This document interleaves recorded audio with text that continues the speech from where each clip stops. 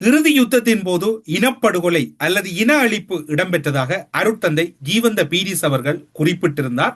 மே 18 நினைவு நாளிலே அவருடைய கருத்து பதிவாகி இருந்தது. இந்த கருத்துக்களை இலங்கை கத்தோலிக்க ஆயர் பேரவையும் இலங்கையின் கத்தோலிக்க திருச்சபையும் வன்மையாக கண்டிக்கின்றது.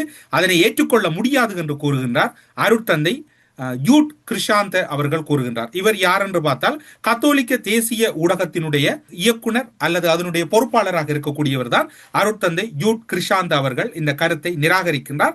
அது ஒட்டுமொத்த திருச்சபையின் கருத்து. இன அழிப்பு இடம்பெறவில்லை, இனப்படுகொலை இடம்பெறவில்லை, இலங்கையில் எதுவுமே இடம்பெறவில்லை. இலங்கை ஒரு சமாதானமும் சமத்துவத்துக்கும் உரிய நாடு என்பது அருட்தந்தை யூட் கிருஷாந்தவனுடைய வாதமாக இருக்கின்றது. அருட்தந்தை ஜீவந்த பீரிஸ் அவர்கள் கத்தோலிக்க திருச்சபையின் கருத்தை பிரதிபலிக்கவில்லை அல்லது வெளிப்படுத்தவில்லை. மாறாக அவர் தன்னுடைய சொந்த கருத்தை வெளிப்படுத்தினார். அது கத்தோலிக்க திருச்சபையின் கருத்தாக ஒருபோதும் வராது. அது மட்டுமல்லாது இதனை கூறிய அருட்தந்தை ஜூட் கிருஷாந்த அவர்கள், அவர் யார் என்று பார்த்தால் கர்தினால் மல்கம் ரஞ்சித் அவர்களுக்கும் மிக நெருக்கத்துக்குரியவராக இருக்கக்கூடியவர் தான் அருட்தந்தை ஜூட் நிஷாந்த சில்வா அவர்கள். அந்த வகையில் பார்க்கின்ற போது அவருடைய கருத்து இவ்வாறு இருக்கின்றது. அவர் மேலும் சில விடயங்களையும் கூறுகின்றார்.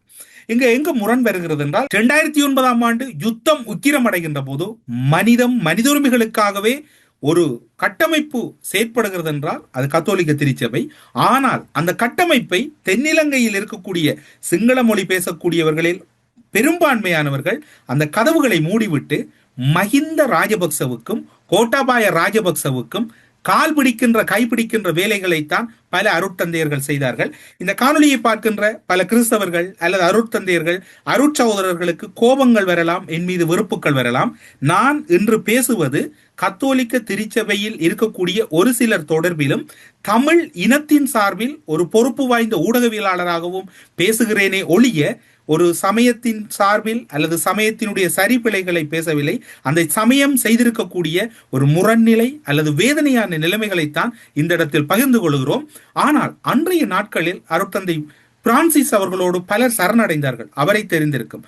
ஆனால் 2009 ஆண்டு மே 10 ஒரு கடிதம் வத்திக்கானுக்கு செல்லுகின்றது. அன்றிருந்த திருத்தந்தை அவர்களை நோக்கி, நான் ஒரு இன அழிப்பில் சிக்கிக் கொண்டிருக்கிறேன், ஒரு பெரும் இன அழிப்பு இடம்பெறுகிறது, உடனடியாக நீங்கள் சர்வதேச நாடுகளினுடைய ஒரு தலையீடையாவது இதில் ஏற்படுத்துங்கள் என்று ஒரு உருக்கமான கடிதம் வத்திக்கான் நோக்கி நகருகிறது.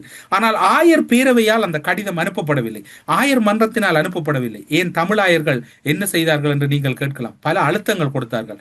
அன்றிருந்த யாழ் ஆயராக இருக்கலாம், மன்னார் ஆயராக இருக்கலாம், திருகோணமலை மட்டக்களப்பு மறை மாவட்டம் 3 ஆயர்களும் முடிந்தவரை அழுத்தங்கள் கொடுத்தார்கள்.